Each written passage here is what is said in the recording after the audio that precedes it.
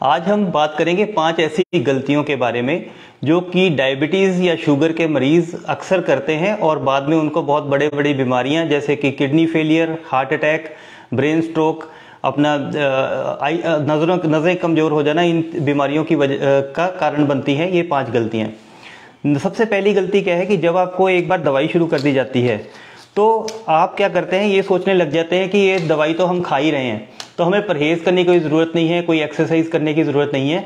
और हर साल दर साल क्या होता है कि आपकी दवाई धीरे धीरे बढ़ती चली जाती है। इसका मतलब क्या है कि आपका जो शुगर का रोग है वो बढ़ रहा है, चाहे दवाइयों से कंट्रोल हो रहा है, लेकिन दवाइयाँ बढ़ने का मतलब है कि जो आपका पैंक्रियास है, जो इंसुलिन बनाता है, जो शुगर को कंट्रोल करता है, वो धीरे धीरे कमज़ोर होता जा रहा है। इसकी वजह से आपको जल्दी ही इंजेक्शन्स पे आना पड़ सकता है। तो अगर आप चाहते हैं कि आपको इंजेक्शन्स ना शुरू हों और आपकी शुगर का लेवल्स कंट्रोल में रहें, कम दवाई खा के या दवाई बिना खाए भी आप कंट्रोल में कर सकते हैं अगर आप परहेज़ पूरा करते हैं। तो परहेज़ और एक्सरसाइज अगर रेगुलरली नहीं करेंगे तो आपकी दवाई बढ़ती जाएगी, फाइनली इंसुलिन पे आना पड़ेगा और आपको ऑर्गन डैमेज हो सकता है क्योंकि डायबिटीज़ मिसमैनेज हो जाती है। दूसरी गलती क्या करते हैं, हमने नाम सुन लिया कि इसको शुगर की बीमारी बोलते हैं। तो शुगर, ये बीमारी का नाम डायबिटीज़ है, शुगर नहीं है। इसका मतलब यह है कि जो खून में आपके ग्लूकोज बनता है उसको आपकी बॉडी अच्छी तरह से उसको एनर्जी के रूप में उपयोग नहीं कर पा रही है, इसलिए आपके अंदर बॉडी में ग्लूकोज के लेवल्स बढ़ते हैं। तो हम चीनी छोड़ देते हैं कि शुगर की बीमारी है और चीनी छोड़ दो, ऐसा नहीं है। चीनी छोड़ेंगे और आप गुड़, शक्कर या ऐसी कोई शहद खाना शुरू कर देंगे तो वो भी उसके अंदर, फॉर एग्जांपल अगर गुड़ की बात करें, गुड़ में 95% मतलब 100 ग्राम गुड़ में ऐसी 95 ग्राम चीनी निकल आती है। तो मान के चलिए अगर आपने 100 ग्राम गुड़ खाया तो 95 ग्राम आपके अंदर चीनी चली गई है और वो वही नुकसान करेगी जो कि 95 ग्राम चीनी अदरवाइज करेगी।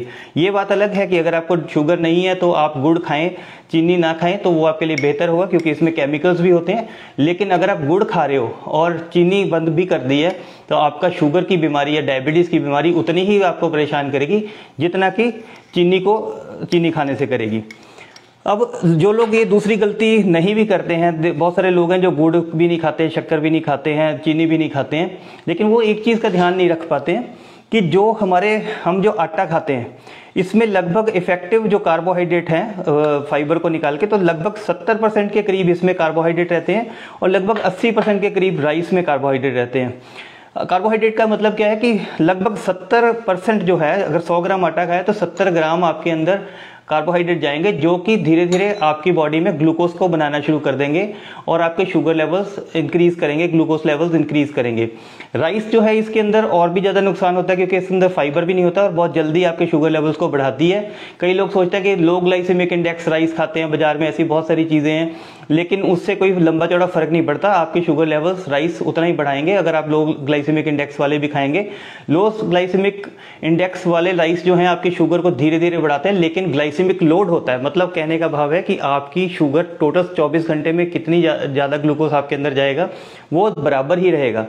फिर हमें कईयों को ये नहीं पता होता कि ये जो है जो सूजी है वो भी उसके और आटे में जो न्यूट्रिशन है, न्यूट्रिशन का मतलब जो पोषक तत्व हैं लगभग बराबर ही हैं। और अगर आप सूजी खाते हो तो भी आपकी शुगर उतनी ही बढ़ेगी जितना कि आटा खाने से बढ़ेगी।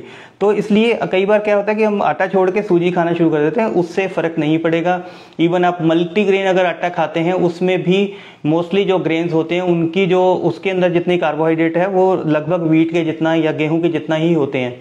तो आपको करना क्या चाहिए, एक तो नंबर 1 आप अपनी चपातीज या राइस की क्वांटिटी बहुत कम कर दीजिए। जितने कम से कम, जैसे पहले आप समझ लीजिए कि दाल या सब्जी में राइस में दाल या सब्जी डाल के खाते थे, अब दाल या सब्जी में राइस डाल के खाने हैं।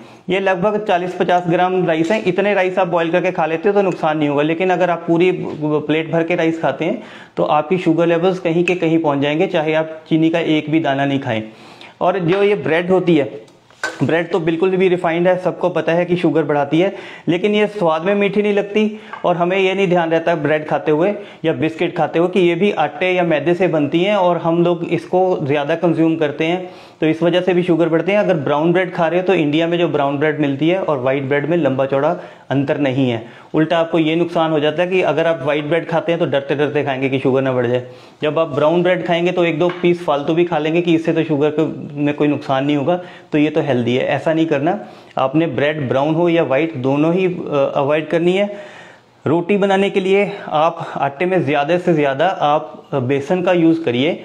हो सके तो अकेले बेसन की रोटी या बेसन का चीला खाएंगे या मूंग दाल चीला खाएंगे, वो आपकी शुगर लेवल्स कंट्रोल करने में ज़्यादा हेल्प करेगी। तो जितना कम व्हीट हो, कम गेहूं हो और ज़्यादा बेसन हो, उतना आपके लिए फ़ायदेमंद रहेगा। चौथा जो है वो ये है गलती कि हम अपने टेस्ट नहीं कराते। ये टेस्ट बार बार रेगुलरली ना कराने का कारण क्या रहता है, क्योंकि शुगर के कोई लेवल्स का बढ़े घटे का ज़्यादा पता नहीं चलता जब तक कि वो बहुत ज़्यादा ना कम हो जाए या ज़्यादा लंबे तक बढ़े टाइम तक बढ़े ना रहे। अगर आप रेगुलरली अपनी शुगर चेक नहीं कराओगे तो उससे क्या होगा कि आपको पता ही नहीं चलेगा कि आपके शुगर लेवल्स कितने रह रहे हैं। एक टेस्ट होता है HbA1c, वो 3 महीने में एक बार कराना, वो भी अनिवार्य है, ताकि आपको अंदाज़ा रहे कि जो आप परहेज़ कर रहे हो, जो आप मेडिसिन खा रहे हो, जो आप एक्सरसाइज कर रहे हो, उसका कितना फ़ायदा हो रहा है और कितना और ज़्यादा आपको उन चीज़ों को बढ़ाने की ज़रूरत है। दूसरा क्या होता है कि कई बार एक बंदे को जैसे व्हीट जो है, जितनी 2 रोटियां खाई उसके बाद हर एक शुगर के पेशेंट की अलग अलग लेवल पे शुगर बढ़ती है। और एक्सरसाइज का भी ऐसे इम्पैक्ट है, किसी ने 1 घंटा साइकिल चलाया तो उसकी शुगर कितनी कंट्रोल में आई और दूसरे ने 1 घंटा चलाया तो उसकी कितनी कंट्रोल में आई। हर एक इंसान अलग अलग है, हर एक इंसान के शुगर लेवल्स अलग अलग एक्टिविटी से अलग अलग लेवल पे कंट्रोल होते हैं। तो आप अगर रेगुलर शुगर चेक कराएंगे तो आप अपने डॉक्टर को भी बता सकते हैं कि ये चीज़ खाने से मेरी शुगर बढ़ती है या ये वाली दवाई खाने से मेरी शुगर कंट्रोल में रहती है, ताकि डॉक्टर को आपकी दवाइयाँ जो हैं वो सेट करने में हेल्प मिल सके। चौथे जो 5वीं गलती है वो बहुत ही ज़्यादा कॉमन है। हम क्या करते हैं, बीच में पहले हमें पता लगता है कि हमारे शुगर लेवल्स बहुत ज़्यादा बढ़ गए हैं, तो हम क्या करते हैं, दवाई भी रेगुलरली खाना शुरू कर देते हैं, परहेज़ भी पूरा करना शुरू कर देते हैं। जब हमारे शुगर लेवल्स कंट्रोल में आ जाते हैं तो उसके बाद आप चाहते हैं कि मैं देखूँ, एक बार एक्सपेरिमेंट करके देखूँ कि हमारे शुगर लेवल्स बढ़ते हैं कि नहीं बढ़ते हैं, तो हम दवाइयाँ भी छोड़नी शुरू कर देते हैं। जैसे डॉक्टर ने बोला 2 बार खानी है, 1 बार खाना शुरू कर दिया। डॉक्टर ने बोला 2 बार इंजेक्शन लगाना है तो 1 बार लगाना शुरू कर दिया। और दूसरा क्या है कि एक्सरसाइज पहले करते थे फिर बंद कर दी। अब डॉक्टर के पास आप जाते हो, जब आप बताते हो कि मेरी शुगर लेवल्स इतनी ज़्यादा आ गई है, तो डॉक्टर को लगता है कि आप वो वाली मेडिसिन खाने के बावजूद आपकी शुगर लेवल्स बढ़ गई है, तो वो आपको और ज़्यादा दवाई दे देगा। तो आप परहेज उधर से ज़्यादा करना शुरू कर दोगे। उससे क्या होगा कि आपके शुगर लेवल्स एकदम से ज़्यादा कम होने शुरू हो जाएंगे। आपको लगेगा इतनी ये दवाई मेरे को सूट नहीं कर रही है, फिर आप दवाई बंद कर देते हैं, फिर बढ़ जाती है। तो इस तरीके से अगर आप रेगुलर मेडिसिन, रेगुलर परहेज नहीं करेंगे तो आपकी शुगर मिसमैनेज होगी, बढ़ती जाएगी, फिर घट जाएगी, फिर बढ़ती जाएगी। इससे आपके ऑर्गन डैमेज होने का और शुगर की कॉम्प्लिकेशंस होने का चांसेस बढ़ जाएंगे। आपने मुझे संपर्क करना हो तो व्हाट्सएप के माध्यम से इस नंबर से संपर्क कर सकते हैं। वीडियो देखने के लिए धन्यवाद।